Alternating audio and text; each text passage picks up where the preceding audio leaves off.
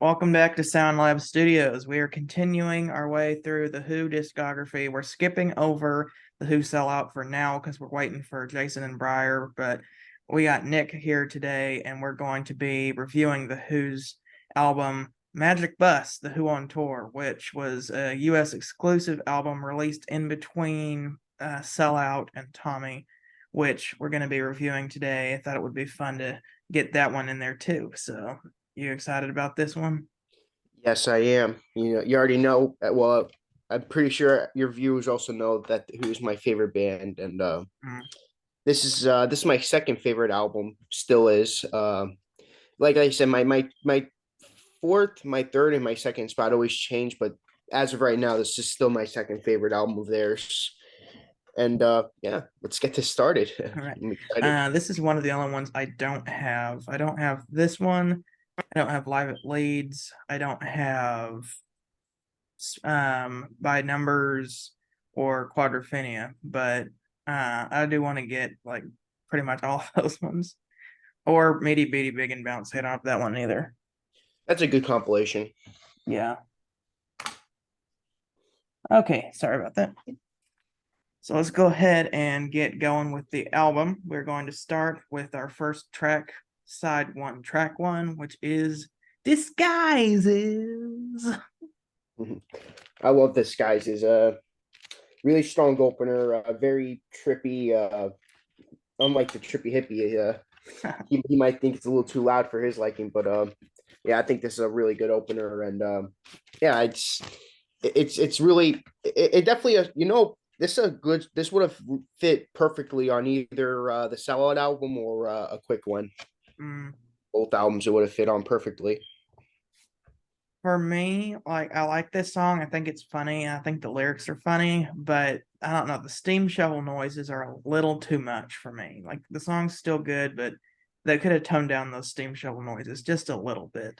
But that's just kind of nitpicking here. Yeah, Okay, next we've got the song Run, Run, Run, which is a repeat track from their second studio album. What do you have to say about this one? it it works better. To be honest, I think it works better on this album than it does a Quick One. Hmm. A Quick One is kind of like it's like them diving into pop songs. Like it doesn't fit with the songs like Don't Look Away or A Quick One, and it fits more on this album. But it is a little lazy that they chose this song instead of like a song like Substitute or I'm a Boy. Yeah, They could have went with something else.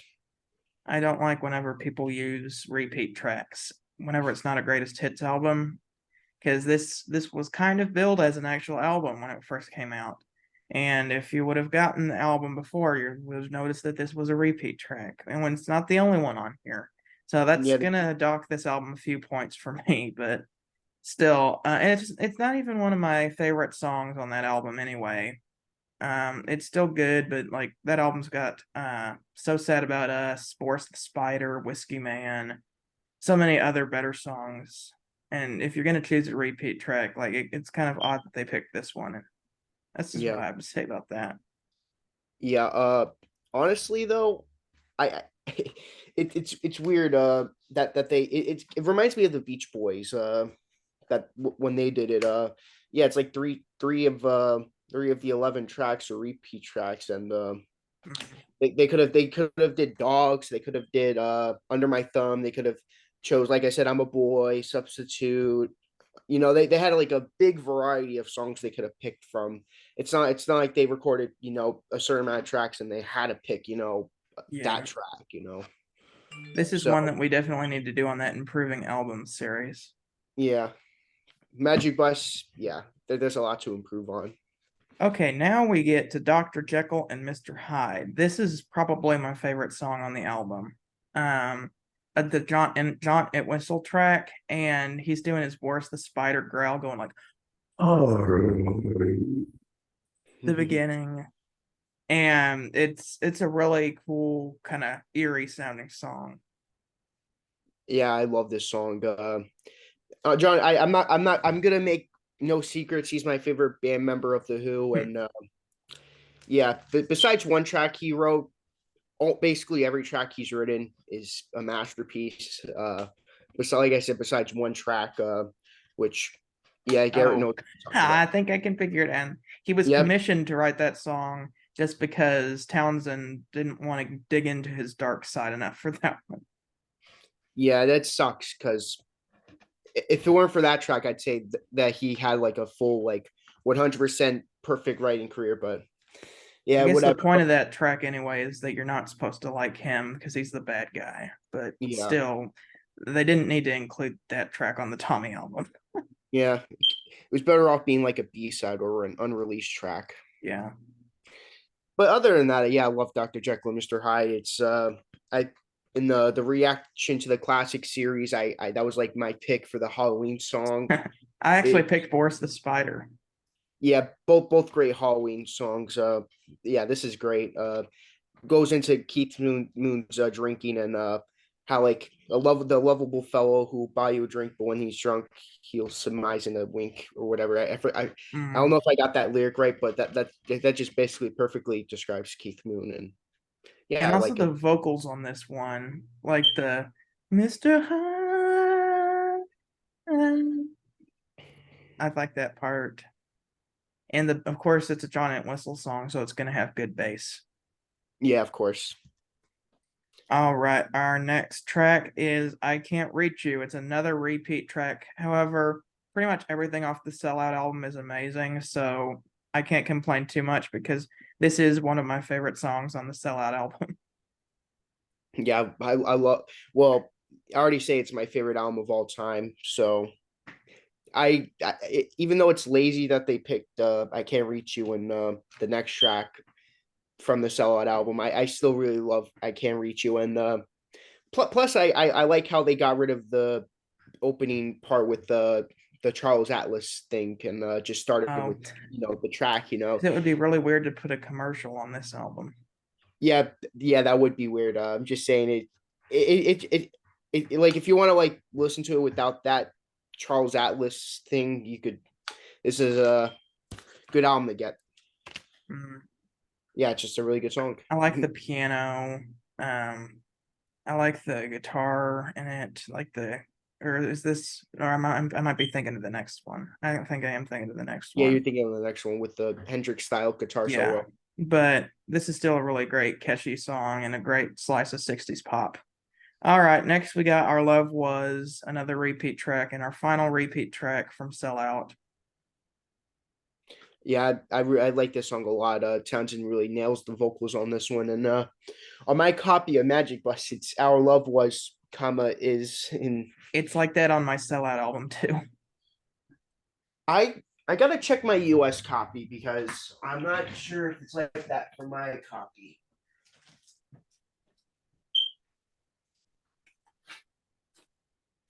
Do do do do do do do do Yeah, do. I like the track a lot because it has yeah, it's on my solo album too. I think it's a US thing, but what I like about it a lot is the Hendrix style guitar solo on the stereo Definitely. version.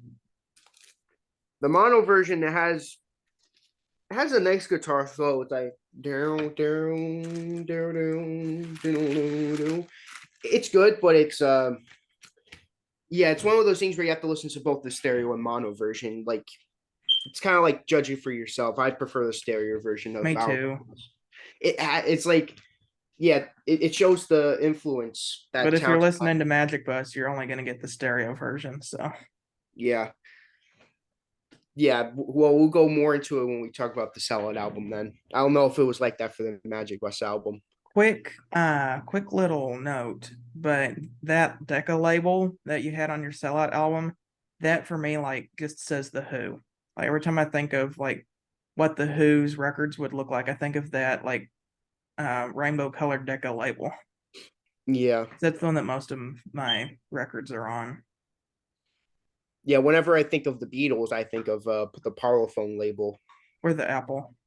Yeah, well, yeah, the Apple label for the Beatles and for the Hollies, I think the Parlophone label and the for the Rolling Stones, I think of the London label.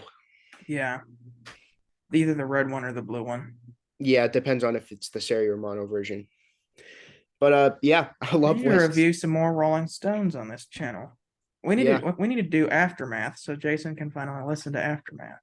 yeah, we gotta. I don't know if you would you do the UK version or the US version. Um, Probably both at different times. Start out with Yeah. the US version, then do the UK version later on. I don't know, it might be cool to review all the Stones US and UK 60s albums. That would be cool. Yep. Other than Yeah. like their first album, which only has like one track difference. Yeah. That's like one of those like yeah that one track yeah not as good as Not Fade Away. Yeah. All right. We got Call Me Lightning. Ooh, I love that song. I forgot. I already forgot my top 10 Who list because it always changes. But that wasn't on it. It is now. I love that track. It's so good. It's very. Yes, Pete Townsend was at a point in his career where he was like, "Yeah, I'm kind of done with the Who," and I forgot the reason why, but he was just like kind of done with them, and he wanted to like write like a really bad pop song, and both with Dogs and Call Me Lightning, and he wanted to sing with Tank so that the Who would break up, and I think he does a horrible job at doing that because I really like the song. He like it's funny like how like he when he tries to do a horrible song he does good, but like that one song off with Tommy when he's trying to like do like a like a good song like reflecting on something it's horrible. But Yeah. yeah, I I digress. Yeah, All I right. really like it. What do you think? I think it's good. I definitely need to listen to it more because I don't think I've listened to this one enough, but it is good. All right. Side one's over. Side side one is over. All right. Side two, Magic Bus. Yeah, Ooh, this is my second favorite song on the album. Would be my favorite if it was the Live at Leeds version, yeah. because that one is better. However, I definitely don't think that you should only listen to the Live at Leeds version because this one definitely has its place in your listening rotation. The single version. I like the percussion that Keith Moon is doing on this one. The claves, I think they're called, and just kind of the acoustic jam feel to it. And then it kind of gets cranked up more at the end with some electric guitar. Kind of goofy lyrics. This guy, like, the only way to see his girlfriend is to get on the magic bus. And so, like, so he doesn't have to keep paying to buy tickets to the magic bus. He wants to buy the magic bus so that he can go see her whenever he wants. I don't know. It's kind of a funny song, but really catchy, really just kind of chill vibe to it. Yeah, this whole album and this song is really good. It definitely got a little worn out over time, but it's still a really good song, and definitely like when I think of the album cover, it definitely fits the album cover. It Yeah, shows. definitely. All right.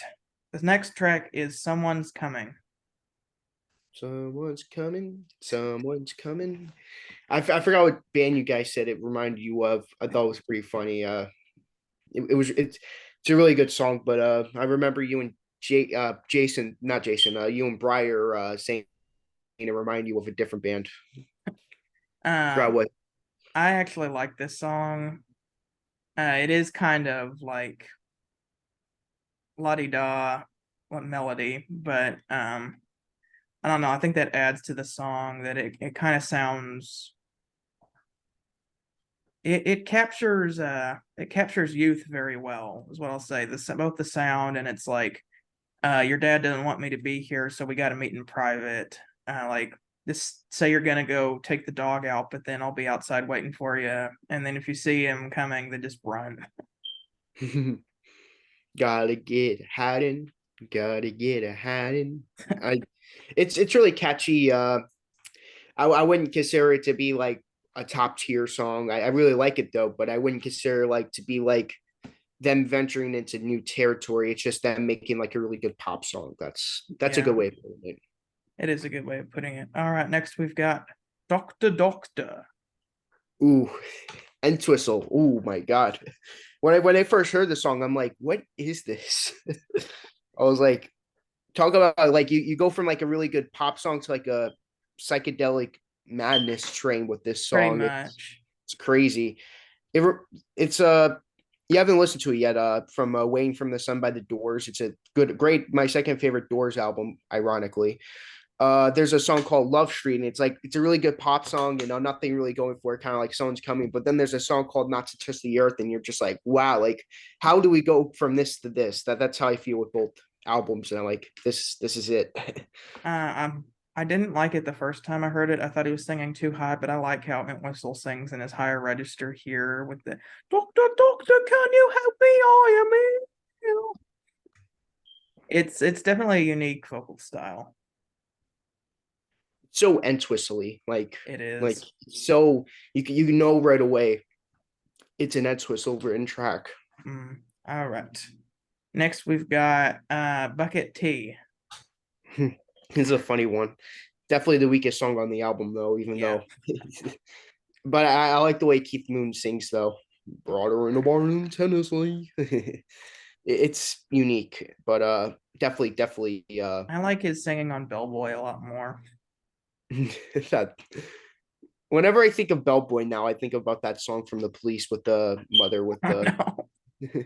Bellboy, got to keep running now. Bellboy, always nipping at someone's heel. Yeah, that's all I really have to say about Bucket Tea. It's a great song, but it's just the weakest link. Yeah. Okay, our final song is Pictures of Lily. I love that song. Definitely, to be honest, my favorite song off the album. For the longest time, Disguises was, but Pictures of Lily definitely grew on me over the years, and I really started to appreciate it. So good. I named my cat after it. Wow, that's cool. Yep. It's good. Honestly, it's actually not one of my favorites on the album, believe it or not. But if you really like it, that's great. Yeah, it's a grower. It's like one of those songs that you have to let it grow on you for a while. Because for the longest time it was one of my least favorite. I'm like it's all right, but it grew on me for sure. Okay, we are now going to get into our overall score on favorite songs. So my favorite songs are Magic Bus, Our Love Was. Oh, okay, I'm not gonna say actually I'm not gonna say any of the repeat tracks because I don't want to have repeat tracks on this album. So I'll go with Dr. Jekyll and Mr. Hyde, um, Call Me Lightning, Magic Bus. Yes, actually someone's coming, and Doctor Doctor. Yeah, my favorites would be Disguises, Dr. Jekyll and Mr. Hyde. I'm actually gonna say I Can't Reach You.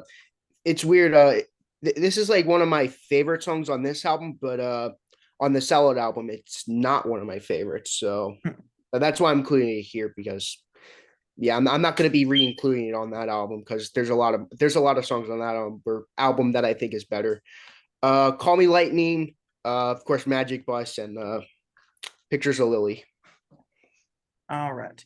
Um, don't hate me for this, but the score is going to be a little bit lower, unfortunately, especially because some of those repeat tracks. I'm actually going to give it a 6.75. Not bad, not bad. Me personally, I give it a 9.5 out of 10 because I want to give it a 10 out of 10. That's why I always wanted to, but those three repeat tracks kind of ruin even though I Can't Reach You is one of my favorites, it still kind of ruins the experience because they're repeating tracks. All right. Thank you guys for watching our review today. We will see you guys next week and have a great day. You too. You too.